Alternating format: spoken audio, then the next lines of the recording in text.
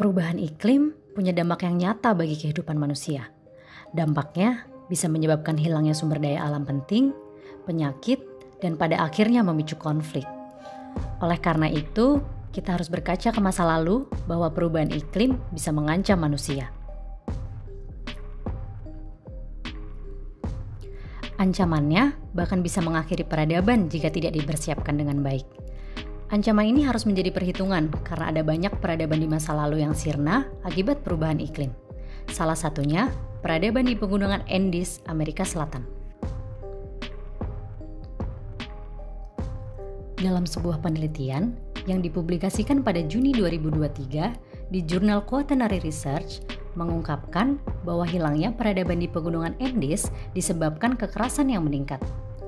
Peningkatan kekerasan masyarakat peradaban berhubungan dengan perubahan iklim di abad pertengahan dari 470 Masehi hingga 1500 Masehi.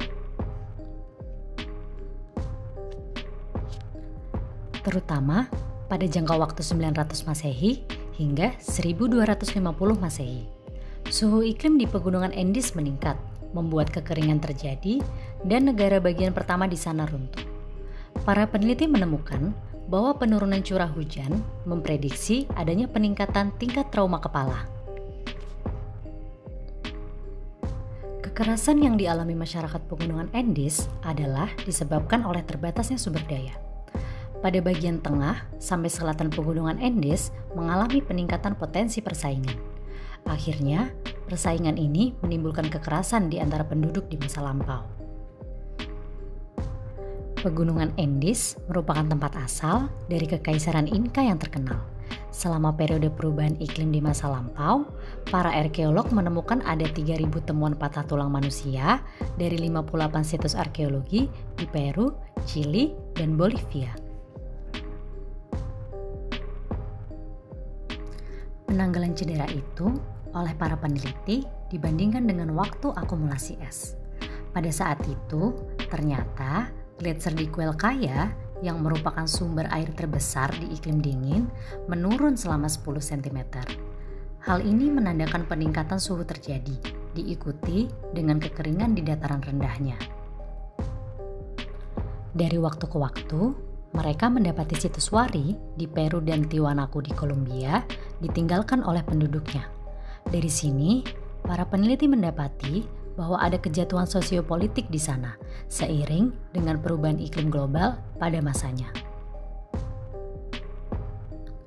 Dari temuan tentang peradaban di pegunungan Andes ini, kita diberitahu bagaimana peradaban manusia merespon perubahan iklim, sehingga kita yang berada pada hari ini dapat memprediksi apa saja yang akan terjadi dengan perubahan iklim yang menghantui kita di masa depan.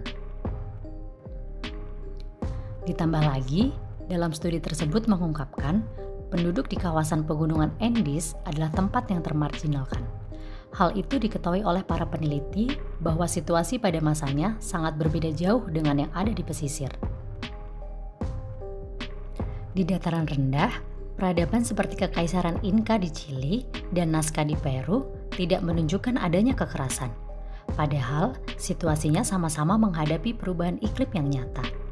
Di dataran rendah, justru lebih banyak keragaman pertanian dan ekonomi yang menjadi penopang peradaban mereka dari perubahan iklim.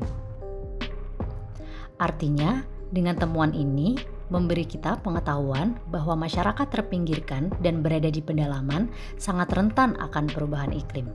Sama seperti perubahan iklim yang kita rasakan, dampaknya begitu terasa bagi masyarakat miskin dan terpinggirkan, terutama yang mengandalkan pertanian.